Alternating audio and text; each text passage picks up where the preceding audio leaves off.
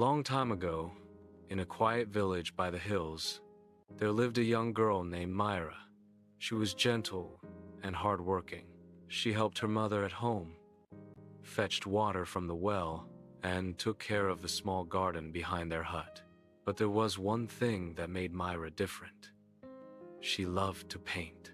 Every evening when her work was done, she sat near the river with her small box of colors and painted the world around her. The sky, the trees, the birds, the water. Painting made her happy.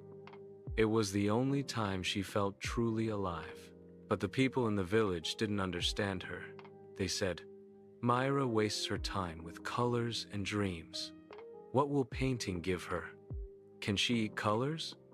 Some laughed kindly. Others laughed cruel. Even her relatives said, "She should grow up. Who will marry a girl who spends her days painting clouds?" At first, Maira tried not to care. She smiled, said nothing, and kept painting. But day by day, the words began to hurt her. Each laugh, each judgment, left a small mark on her heart.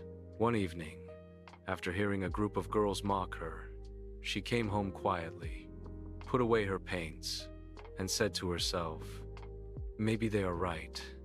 Maybe I should stop." And so she stopped. Days passed. Maira helped her mother, went to the fields, talked politely to people, but something inside her began to fade. Her smile grew smaller. Her eyes lost their light. When she walked by the river now, the colors that once called to her felt far away, like a dream she wasn't allowed to have. One evening, an old monk came to the village. He wore simple white clothes and carried a walking stick. People said he was a wise traveler who helped others find peace in their hearts. The villagers gathered around him asking for advice. Maira stood at the edge of the crowd listening quietly. Something about his calm voice gave her courage. When the crowd left, she walked closer and said softly, "Master, I need your help. I used to love painting, but people laughed at me. They said it was useless.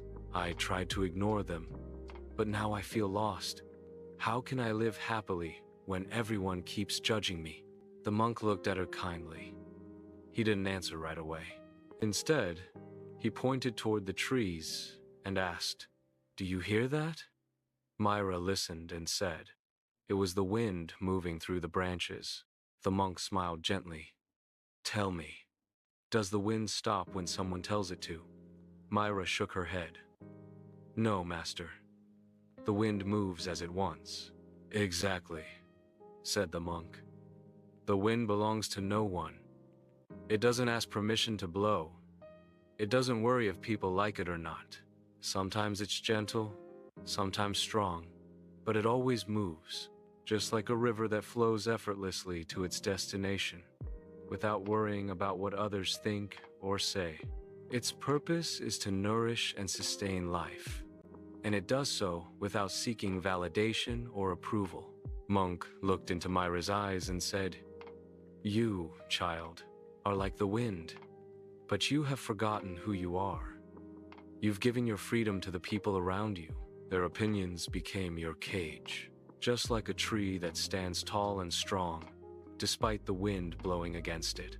The tree doesn't try to resist the wind or change its direction. It simply flexes and adapts, remaining rooted in its purpose." Maira asked quietly, "But what if they keep talking about me?" The monk smiled. "Let them talk. People talk about the sun being too hot and the rain being too wet, but the sun still shines and the rain still falls. If you live to please everyone, you'll never live at all." He picked up a dry leaf from the ground and said, "Be like the wind, not the leaf. The leaf moves where others push it. The wind moves where its heart leads it." Then he added one last thing. "Stop asking for permission to be yourself." That night, Maira couldn't sleep. The monk's words echoed in her heart. When the first light of dawn touched the sky, she quietly took out her old paints and walked to the river.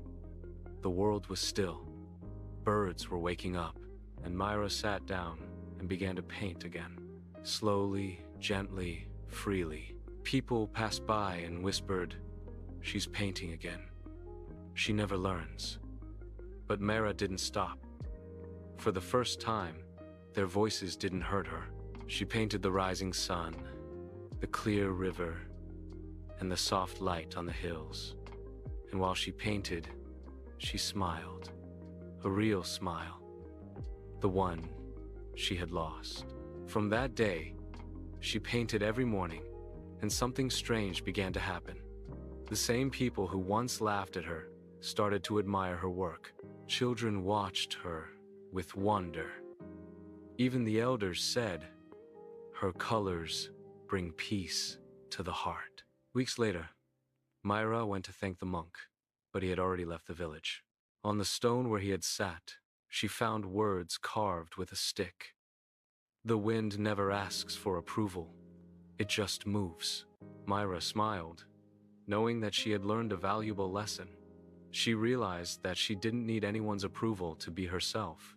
She was free to paint, to create, and to live her life on her own terms. As she walked back to her village, she felt a sense of peace and freedom that she had never felt before. She knew that she would always face challenges and criticism, but she was ready to face them head on. With a newfound confidence, she continued to paint, and her art became a reflection of her soul, her creativity, and her freedom. Maira's story spread throughout the village, inspiring others to pursue their passions and live their lives authentically. And Maira continued to paint, her art a testament to the power of believing in oneself. Dear friend, maybe you are like Maira. Maybe you stopped doing what you love because someone's words made you doubt yourself. But remember this, your life isn't truly yours if you keep living for others' approval. People will always talk. It's what they do. So be like the wind. Keep moving. Keep creating. Keep living your truth.